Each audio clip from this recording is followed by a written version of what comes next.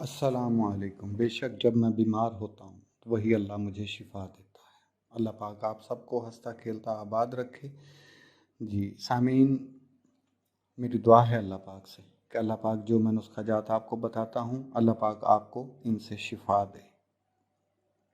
आज जो मैं नुस्खा आपकी किस्मत में लेके हाजिर हुआ हूँ उसको कहते हैं अमराज आइन, यानी आँख की बीमारियाँ। इसको रम्द भी कहा जाता है।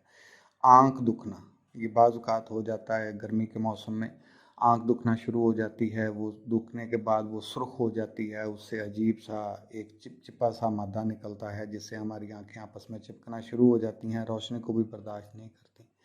इनके लिए आपको एक नुस्खा बता रहा हूँ। इंशाल्लाह अल्लाह से दुआ करता हूँ कि अल्लाह पाक इसको आपके लिए बाइसे शिफा बनाए।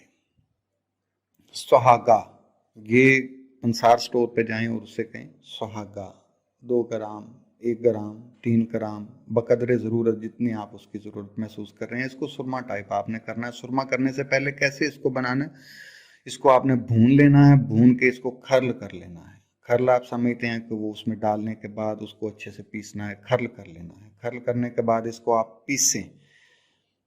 जब आप इसको भूनेंगे तो ये खर्ल हो जाएगा। उसके बाद आप इसको पीसें, पीसने के बाद इसको आप संभाल के साफ़ करके अपने पास रख लें। ये दिन में 2 बार अपनी आँख में लगाएं। इंशाअल्लाह लाज़ी आपकी आँख दुखना, सुर्खपन, उसमें से पानी निकलना, ये सब चीज़ें ख़त्म हो जाएगी।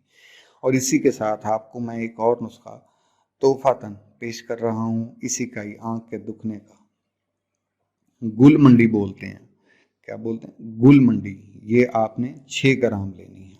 अनाब, अनाब एक जड़ी बूटी होती है, 5 ग्राम। और पोस्त हलीला जर्द, पोस्त हलीला जर्द, ये आपने 6 ग्राम ले लेना है।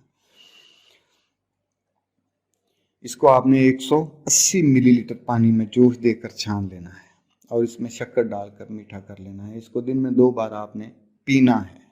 ये आँख में नहीं डालना, इसको पीना है। जो पहले वाला नुस्खा आपको बताया वो आँख में लगाना है और इसको आपने पीना है। इंशाअल्लाह लाज़ी ये आँख की जो भी आपकी बीमारी होगी, इससे अल्लाह पाक आपको शिफा देगा। अगर आपको मेरी वीडियोस पसंद आएँ और ये नुस्खा जात आपके लिए बाइसे शिफा हों तो मेरे लिए भी अल्लाह पाक से दुआ कीजिएगा और मेहरबानी करके मेरे इस चैनल को लाइक और सब्सक्राइब कर दीजिएगा। अपनी दुआओं में याद रखिएगा। अल्लाह हाफ़िज़।